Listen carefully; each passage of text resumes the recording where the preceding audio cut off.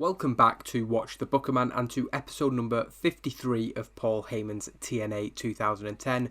Tonight we are booking Turning Point, the first pay-per-view since Bound for Glory, the biggest night in TNA history, and we've got all the fallout, all the big storylines coming out of that event will come to a head on this show. We've got a 9-match card. Usually I like to do 8. At Bound for Glory we had 10, I think, but generally on these secondary pay-per-views I like to keep it to 8. I don't think we have that one match that I can bank on that I think I'm confident is going to get me a good rating.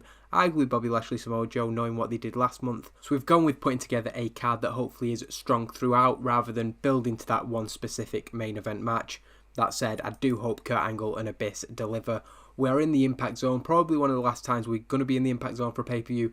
Maybe we will be for Final Resolution, but from 2011 I do want to take at least pay-per-views out on the road. In terms of the game, it would make sense for every show to be out on the road, but I do like the idea of having that home base for the company. But on pay-per-views we could have 35,000 people in attendance. We're getting 1.4 thousand. So with that said, let's get into the pay-per-view itself. And we begin with a video package looking back at the turning point that took place at Bound for Glory, changing the course of TNA's future, and it focuses largely on the arrival of the New Age, the package looking at their proposal to change everything in pro wrestling, and the backlash that followed from some of the biggest names in TNA. AJ Styles, Jeff Hardy and Sting will stand across from the debuting trio, the first time they've all been together on the same side in a match. Chris Hero, Claudio Castagnoli and Tyler Black as the Dream Team faces the New Age. Kurt Angle will also be in action in our main event as he defends the World Heavyweight Championship against the monster Abyss, a very different challenge from what he's used to. Abyss's father, James Mitchell, laid down the Global Championship to earn this opportunity, with the custodian of the monster declaring there can be only one. Mauro and Taz then welcome viewers to the show after the video package, promoting a stacked 9-match card for the night, with championship action opening up Turning Point 2010. And it's the World Tag Team Championships that are on the line, with the Motor City Machine Guns defeating LAX in 11 minutes and 59, Alex Shelley pinning Hernandez with a sliced bread number 2. This is their third defence of the titles, and after that coming of age interview and the change of gimmick that I did, it does look like Alex Shelley's maybe got a little bit of a boost. Sabin's still at 62, so maybe he just had a bad night, but he's also getting better at his gimmick, so he should improve. It's not a great opener, but it's a decent match, and the story of the match is whether the Motor City Machine Guns, who are known for their flashy, pleasing on the eye style of wrestling, LAX are kind of the opposite of that. They're gritty and they're going to beat you down, and the idea is that LAX are in control for a lot of the match, but Motor City Machine Guns make a comeback and, most importantly, prove their toughness. That's what this match was about for them, and they've come out on top after a hard-fought title defense. They celebrate a highly intense way to open the pay-per-view. Motor City Machine Guns may have had their toughness questioned in the past, but there could be no doubting a team that trades hands with LAX and comes out victorious. That is what the commentators are pushing. Later tonight, Beer Money will face wrestling's greatest tag team, and the winners will be the next challengers to the World Tag Team Championships, currently held by these two men. So again, Sabin getting better. A 51, I think that's a little bit better than their overness rated segments normally get, but there's something that I've noticed quite a few times. Shelley and Sabin penalised for not being very good baby faces, and then I've looked into the profiles. They have 100% heel as one of their attributes, which I don't think is in the slightest bit accurate. They were probably more commonly heels in their TNA run, but I think that's an unfair attribute. So I am actually thinking, after quite a while of not knowing what to do with these, I do think I will remove that attribute. Hopefully nobody has any objections to that. It is technically, don't want to say cheating, but it's going into the editor and changing something that's kind of should be out of my hands. But I do think that in terms of the database, that's not really a fair attribute to have given to Alex Shelley and Chris Sabin. And I don't know, it might not even be in there in one of the later versions of the mod. I am playing a very, very early version of it when I set up this game pretty much a year ago. Heading to the back, Jeff Jarrett is shown in the interview area, and despite improvising well, that is not a good segment at all. Boris speaks with him just moments before his return to the six-sided ring. This is supposed to be a big promo for Jeff Jarrett because it's been over a year since he's been in the ring, but it doesn't quite land how we'd want it to, and it loses heat to the storyline just before he goes out there, so a little bit disappointing. He says July 9th, 2009, the last time that the TNA founder stepped foot inside a wrestling ring. Jeff Jarrett says that since that night, he's been content to sit back and watch how TNA continue to change and grow, and he's proud of everything he's seen, and he's proud of everything that he has done for this company. He was happy to sit back and enjoy that until Mr. Anderson opened his mouth and wouldn't keep it shut. Jeff Jarrett then cuts an impassioned promo in defense of TNA Wrestling and the sacrifices that he made to ensure there was a company for the likes of Anderson to come to. The fired up Jarrett says that every bad word that man says cuts deep. It is a slap in the face to him, but tonight it's going to be more than a slap that Anderson gets. I think Jeff Jarrett is really good at this type of promo where he has to show a bit of passion, a bit of fire, those old school babyface promos. And while the rating's not so good, I still stand by it being in there as we go into the second match of the night. And Mr. Anderson defeats Jeff Jarrett in 12 minutes and 49. I do think I booked this as a wild brawl. Tainted finish. Anderson with a low blow to gain the advantage, and he rolls up Jeff Jarrett using the tights for leverage, not the ropes. The point stands. It is a tainted victory, and this rivalry probably isn't over between them, or certainly somebody is going to have an objection to the actions of Mr. Anderson. Fantastic heat and good wrestling, and like I said with the booking note being a wild brawl, hopefully Jeff Jarrett can channel into that, but the key is probably that they don't quite click. I was going to do a rematch between these two.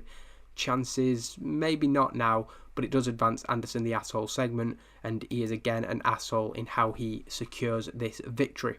Following the match, Mr. Anderson has his arm raised in the ring. The commentators put over the fact that this contest lived up to its pre-match billing of being a straight-up fight, albeit not rating so well. But Anderson has shown he is willing to do whatever it takes to get the win. He struggles back to his feet, but smirks as he stands over the TNA founder. Hopefully this is getting even more heat on the Anderson character, who's been nothing but a dick for a very, very long time, but going after the TNA founder, disrespecting the company, and then cheating to beat the man who is defending TNA. Hopefully that should have the desired effect. We then switch focus to the World X Cup briefly as a way to segue into the X Division Championship match, but we do see a couple of clips from that show, particularly the butting of heads between the two hosts of the competition, former winner Sonjay Dutt and Larry Sweeney, who was the agent of Sonjay Dutt's Turning Point opponent and, more importantly, the current X Division champion.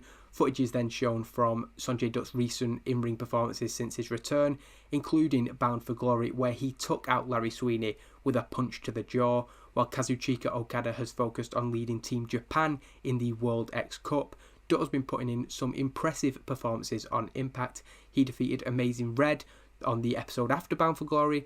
Then he defeated Austin Creed before being confirmed as the number one contender. He knows all about the World X Cup as a former winner of the tournament as part of Team USA, but he believes that it is his destiny to hold the X Division Championship, a title which has eluded him throughout his TNA career. The second title match of the night, the X Division Championship match between Kazuchika Okada and Sonjay Dutt. And Sonjay Dutt gives a good account of himself, an impressive 62-12 better than Kazuchika Okada in the individual ratings, but I wasn't ready for Sonjay Dutt's story to be over. I think there's a long-term story in his pursuit of the X Division Championship, and I didn't want Okada's reign to be over. I think since he's been the champion, it's given a good focus to the division, especially with Larry Sweeney's involvement. Okada is the better man on the night and cleanly defeats Sonjay Dutt. Dutt's talked a good game, he's put in some good performances since coming back, but there is still some way to go if he wants to finally become the X Division champion.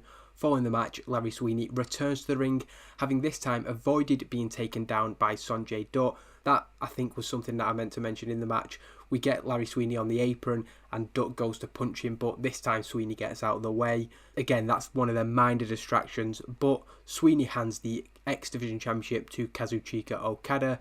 As always, the head of Sweet and Sour gets his own share of the spotlight. He's never just going to let the light shine on Kazuchika Okada, the captain of Team Japan, standing tall in the ring. As we head to the back, and Jeremy Borash is shown with the united front that is AJ Styles, Jeff Hardy and Sting, dubbed the TNA Dream Team. It's not an official name, but it's certainly what they've been called on commentary, and all three men talk about the importance of tonight's match against the New Age. They must lay down a marker and stand strong together against Chris Hero, Claudio Castagnoli and Tyler Black, and of course their leader Jimmy Jacobs. The three are also keen to put over the ability of the New Age members. They're not downplaying them for a second, but it doesn't matter how good they are because TNA aren't ready to roll over to this little project. Evolution and change are a part of the business and everybody accepts that, but the New Age isn't about taking a step forward.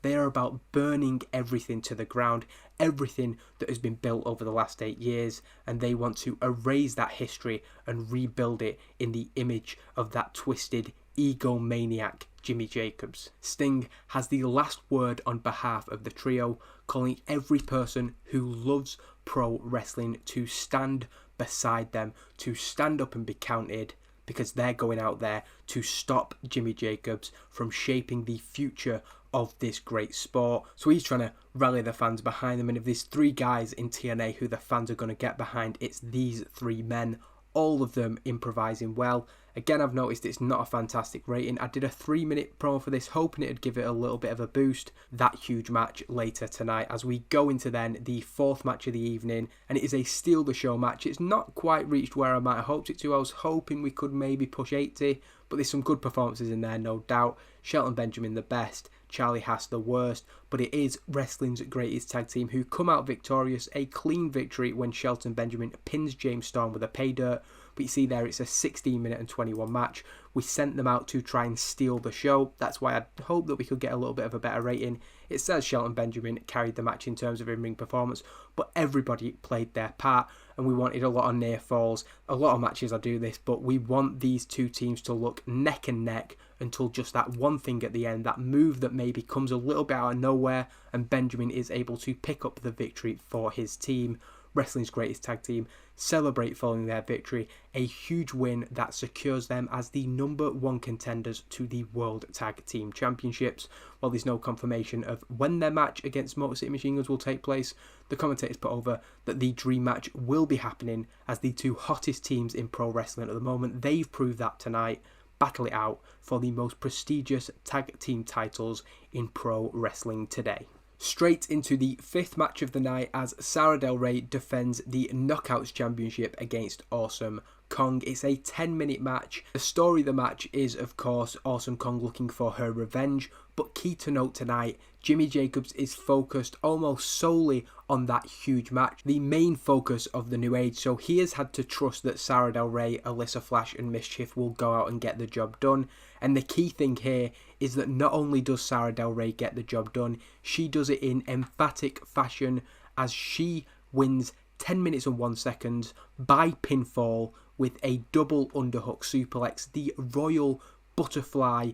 Sara Del Rey makes defense #1 of the Knockouts title with a Royal Butterfly that sends shockwaves through the Knockouts division. We want the commentators to put this over as an absolutely unbelievable feat of strength, and she struggles back to her feet after the match, veins bursting out of her neck. She is handed the Knockouts Championship by the referee. Despite the questionable victory at Bound for Glory, she needed no assistance tonight as she displayed incredible power to defeat Awesome Kong. The commentators put over the first time that Awesome Kong has been pinned without any outside involvement for well over a year, as well as, like I've said, the unbelievable feat of strength. Can't hammer that home enough. A defining moment in Sara Del Rey's career, and I think even though she's already the champion, she comes out of this match with a clean, decisive victory over Awesome Kong, just looking absolutely incredible, I think, and her as the figurehead of this Knockouts division is what I feel will be the catalyst to them being potentially main event contenders in the future.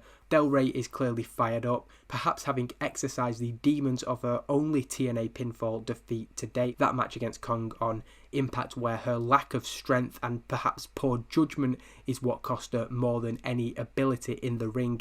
She stands tall, raising the title in the air, and despite the fact that she's a heel, we have to give respect and credit for what she did, and she's clearly fired up about pulling that move off. It was a decent match, by the way, I didn't mention that. Into a not so good segment, unfortunately, both guys who I gave talking parts to, struggling without a script and losing heat to the storyline. I did think about putting this as the main event, the lack of high ratings that we've got from segments involving these guys, and the fact that their individual ratings, I understand they're not that over and it's going to take time to build up their momentum and just their general popularity, but they're probably not ready for a main event yet, whereas I know that I can trust Kurt Angle, whoever he's against, to put in a 95 rating or whatever, and then Abyss, even if he's mid-60s, will still get dragged up to an acceptable main event standard. Maybe speaking too soon there, but the New Age are shown with Jeremy Barash, but Jimmy Jacobs quickly grabs the microphone from him, pushes JB off shot. Chris Hero does that, as they don't want to hear the questions from JB. He's a little bit biased probably towards TNA, and Jacobs wants to make sure that he has complete control of the message that is going out there.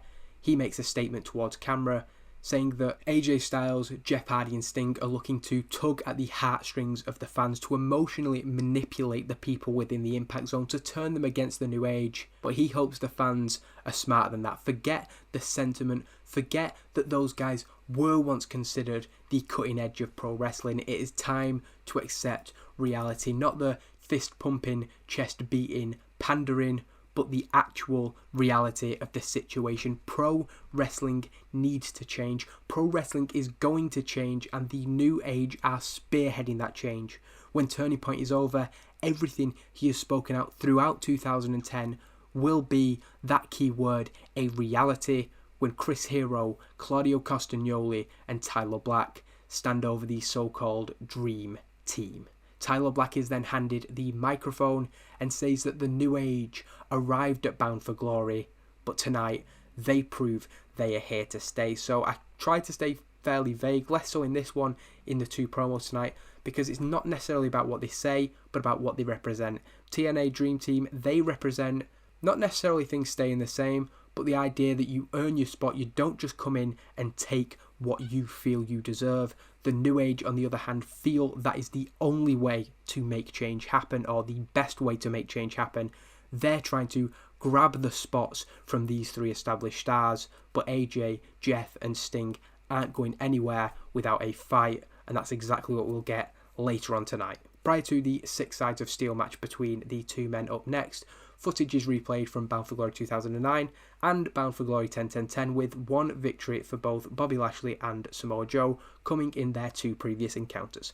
Also one part was the level of controversy that surrounded the two matches, with referees coming under scrutiny for their performance. Tonight, both men have agreed there can be no questions and no excuses. This is the final time they face off one-on-one, and it is inside the 6 sides of steel. We're locking these guys in the ring together, and as I expected, it could well be, maybe I'm expecting Kurt Angle and Abyss to better this, but Samoa Joe there with an 89. He's absolutely brilliant, underrated by me even when booking him, I think. Almost taken for granted the fact that he'll pull out these performances, but Bobby Lashley picks up the victory with a spear. It's under 15 minutes. I can't quite remember. Yes, we went for Car Crash, so I wanted it to be one of them matches. I pretty much said the same thing last month, but with these two, it's about the intensity from the opening bell. Both try submissions, but it's just not happening, and eventually it's an impact move, maybe Joe getting thrown into the steel cage 4 or 5 times by Bobby Lashley. At the end,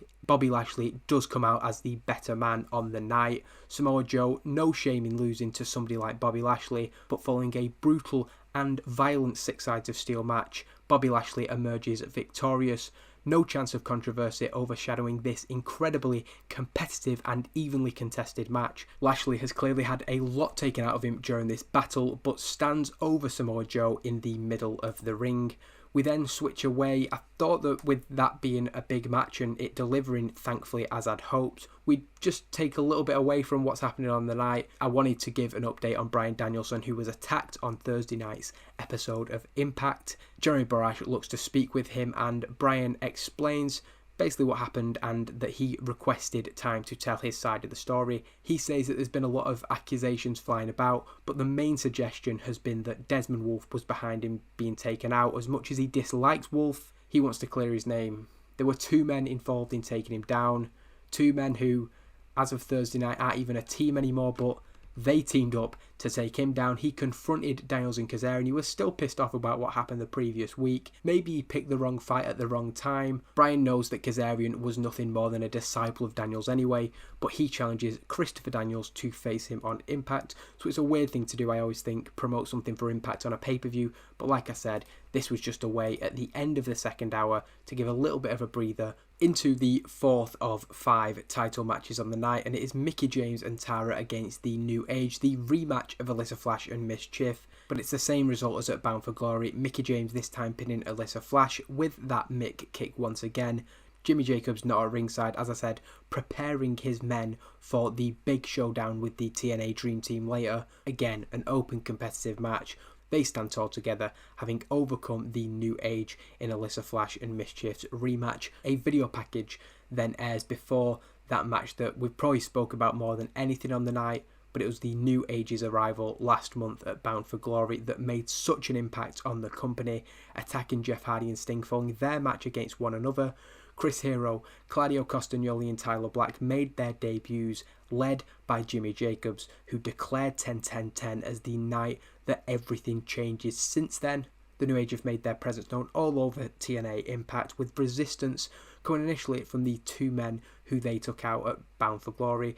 It's maybe a little bit unfortunate that Roderick Strong's kind of getting pushed to the side of this, but he is currently focusing on the World X Cup. Kind of just threw in a couple of weeks ago that he's got his eye on this. If they come close to any championships or making any headway, he will be there. But of course, he still has his own career to focus on, and the World X Cup is an incredible chance for him to get a really big honour winning that trophy or tournament. AJ Styles soon joined Sting and Jeff Hardy with a reunion of Slammiversary's TNA Dream Team, representing the strongest opposition to Project 10 Cubed in the weeks that followed their arrival. Tonight is a clash of 2 wrestling ideologies in what is expected to be only the first battle in a long and violent war within TNA Wrestling, and I'm really looking forward to this match. The storyline has taken a battering tonight, so fingers crossed it isn't a disappointment. 74 I'm quite happy with actually, and all the ratings, Castagnoli the worst of the bunch, but to be almost 60 and the others, you know, Chris Hero pushing 70, Tyler Black with a 65, I think that is acceptable. The other 3 guys doing pretty much the level you'd expect from them, and it's a superb match, so happy with that overall actually. It's 15 minutes, and while of course we're hoping people have bought the pay-per-view to see AJ Styles, Jeff Hardy and Sting on the same side, on the other hand, the purpose of this match is to say, look at these 3 newcomers, they are absolutely on the level of AJ Styles, Jeff Hardy and Sting. That was the aim of AJ v Tyler Black going to that 20-minute time limit. Bodies spread across ringside. Tyler Black's managed to take AJ Styles down, we'll say. Claudio Castagnoli and Jeff Hardy have managed to neutralise each other, maybe Jeff taking a dive onto Castagnoli on the outside. And we're left with Chris Hero and Sting in the ring at that moment. But as Sting takes Chris Hero down and looks to secure the victory, Jimmy Jacobs rolls something in to Chris Hero, who loads up his elbow pad. Of course, he's known for those incredible sharp elbows. Adding a little bit of extra something is sure to help. Sting runs towards Chris Hero looking for the Stinger splash, but Hero, playing a little bit of possum, comes out and swings an elbow at Sting, knocking him out completely. There's nobody else around, and Chris Hero picks up a pinfall victory over Sting. I'll repeat that, Chris Hero pins Sting. A huge moment for him, and credit to Sting because I didn't even have to ask him to do this. He didn't complain about putting over Chris Hero at all, so massive respect to him, and it's a good rated match. But what it does for the New Age, despite there being a little bit of a tainted finish in there, it does absolutely prove that they can not only hang with this dream team, 3 of the best guys that we've got, but they can beat them. And if you weren't taking this movement seriously before, then I think everybody will be now. There will be questions about how they secured the victory, but the images following the match, like I said, can leave no doubt over who came out on top in this match. Sting laid out in the ring, AJ Styles and Jeff Hardy both on the ground at ringside. Within the ring, Chris Hero, Claudio Castagnoli, Tyler Black, joined by Jimmy Jacobs, who stands in front of his fellow New Age members. Tonight, at least, they stand tall. The first battle this was far from over, but they have picked up a monumental victory over three of the biggest stars in pro wrestling, not just in TNA, in the business. Taz further puts over this achievement, saying that whether you like what they're doing or how they're doing it, after tonight, nobody can doubt the credentials of the men and women who are involved in this new age. Again, I'm not too worried about the ratings as we move then focus to the main event. So a bit of a double header here. I would say that you could count the New Age v Dream Team as a co-main event, but the actual main event features the voiceover of Paul Heyman. I thought putting his entertainment skills, I meant to put him on screen because I do think that makes a difference for some reason. It's only a 73 rating. So again, I think storyline heat will play a big factor in this pay-per-view, maybe not being as good as the ones we've had previously. There was never any hope it was going to match Bound for Glory, let's be fair, but Heyman speaks over footage of both Abyss and Kurt Angle's dominant performances in 2010. He can sell these things like nobody else. We've seen what he does in putting over Brock Lesnar and Roman Reigns more recently, with a last man standing match between them in the main event. Heyman puts over the unbeatable, undisputed and unstoppable Kurt Angle, who will defend his World Heavyweight Championship against the monster who hasn't been put down in over 15 months. That old saying, the immovable object meets the unstoppable force. In the Turning Point main event, something has to give, as the Global Championship is laid to rest once and for all. I do actually need to retire the title. I'll do that Monday morning. And both Abyss and Kurt Angle battle for the right to hold the biggest prize in TNA Wrestling, and it's an 82, so actually better than we had with Bobby Lashley and Samoa Joe, which does surprise me a little bit, albeit a strained wrist from Abyss. Not good to see an injury for anybody, but I do think that's only a minor one. 71 is decent, but it's of course Kurt Angle who, as always, carries the match involved in.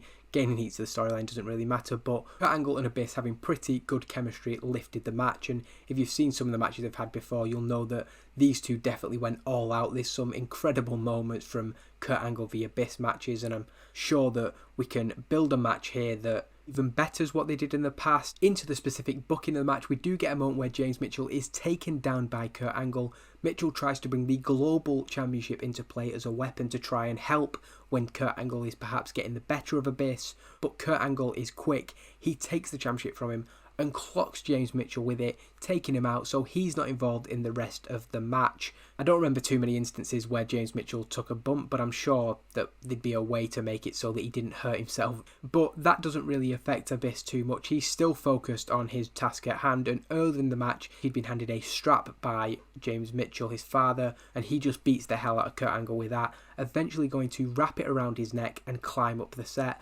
Basically, he wants to choke Kurt Angle out from a piece of the set. We don't actually get to see that because I think seeing Kurt Angle hang from the set would be a little bit too much, but the implication should be shocking enough. The commentators can't believe what Abyss is attempting. Thankfully, Kurt Angle is able to fight back out of it, and that stump bump that we talk about there, Kurt Angle hits an angle slam to Abyss from some way up, whatever height they're willing to go up to. The higher the better, of course, for the effect. There has to be some level of danger in it, and it maybe is that move that's caused the injury. Both men are down. It looks like we're going to get a double 10, so for the second time in a row, Kurt Angle unable to stand at the end of a title defense. Fortunately, it doesn't come to that, as Kurt Angle can drag himself up at the last moment. He can't do it unassisted. He's using a barricade, but he does get back up to his feet just before the 10 count, and Kurt Angle becomes the first man to stop, to put down the monster in a very long time. I use Sting as the road agent because he's pretty much the best guy we've got for that job. Kurt Angle I sometimes use as well because they're much better than the actual road agents we have. He tells us that Abyss has suffered a strained wrist, but the way that we use the fallout of this match and playing into a long-term story I've got, if everything goes to plan, I think is going to be a really, really good moment. But Kurt Angle has overcome a completely different challenge. He's faced a lot of technical wrestlers, but he once again proved that he is the #1 competitor in TNA Wrestling. It doesn't matter who you are, what style you bring, Kurt Angle will find a way to win. Barely able to stand or be an improvement on the end of Bound for Glory. He is handed his title while he supports himself against a wall. The World Heavyweight Champion had overcome the monster, doing what had begun to appear impossible over the last 15 months. I can't understate how strong Abyss has been booked throughout this year. He's won almost every match, and when he's been either thrown out of a battle royal or lost by count out, we've made sure that it's meant something. Abyss's run may be over as the undefeated guy, but at the same time you could argue he's not been pinned and he's not been submitted. With the global championship no more, Kurt Angle raises the title in the air, the undisputed champion of this company. Strangely poor rating for the final segment of the show, but a 79 is decent. We've had Impacts better than that, so you would hope that pay-per-views would always be better than that. I'd love if this screen showed you who had the best performances, but I'm just going to assume, these guys must get sick of being praised by me, to be honest, because it's the same three guys every pay-per-view, but they do continue to put on the best performances, so I'm not going to give somebody who got a mid-80s or low 80s. Maybe Shelton Benjamin should have got a little bit of a nod there, but those three guys were the best, so it's completely justified. That is turning point in the bag, though. James Mitchell leaves TNA. That's why I did the moment for him. I just forgot to renew his contract. I am actually going to bring him back in pretty soon. I reckon he's willing to negotiate straight away, so it's just a case of when we bring Abyss back on screen, Mitchell will be back. I do think his gimmick had a bad rating, so hopefully that gives us a second crack of the whip to bring him in on a little bit better terms, and hopefully his segments will improve. Abyss, it doesn't like he's going to miss any dates. I still really struggle with a lot of stuff in this game, finding stuff and that. Medical, 5 days, just over 9 months for D'Angelo Dinero, for anybody who was wondering. We'll see where this pay-per-view ranks in our all-time. I think it'll be, so it's up there, it's in the top 10 shows we've ever done, so I've probably been a little bit harsh on it there. 5th best match we've done as well, so